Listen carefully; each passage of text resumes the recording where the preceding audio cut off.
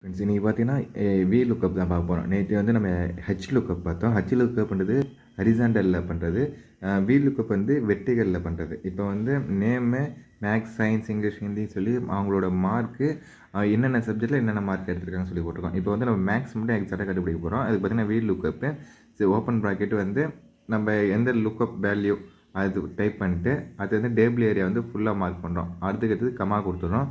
அது காலம் index நம்பர்னால் maths எத்தனை நேம்லேருந்து கவுண்ட் பண்ணால் ஏபி ரெண்டாவது இடத்துல இருக்குது.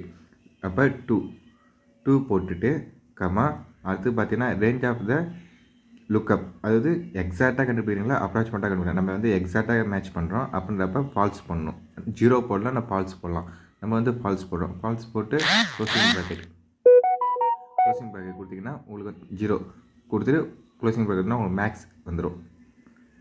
இப்போ ஷாமோட மார்க் வந்துடுச்சு. இப்போ வந்து ஷாம் இல்லாமல் மற்றவங்க இப்போ ராகுல் அப்படின்னு இருக்காங்களா, அது மாதிரி இருக்காங்க, அவங்களோட மார்க் இப்படி வந்து ஒரே கிளிக்கில் வந்து எக்ஸாக்டாக மேக்ஸோட சப்ஜெக்ட் வந்து கண்டுபிடிக்கலாம்.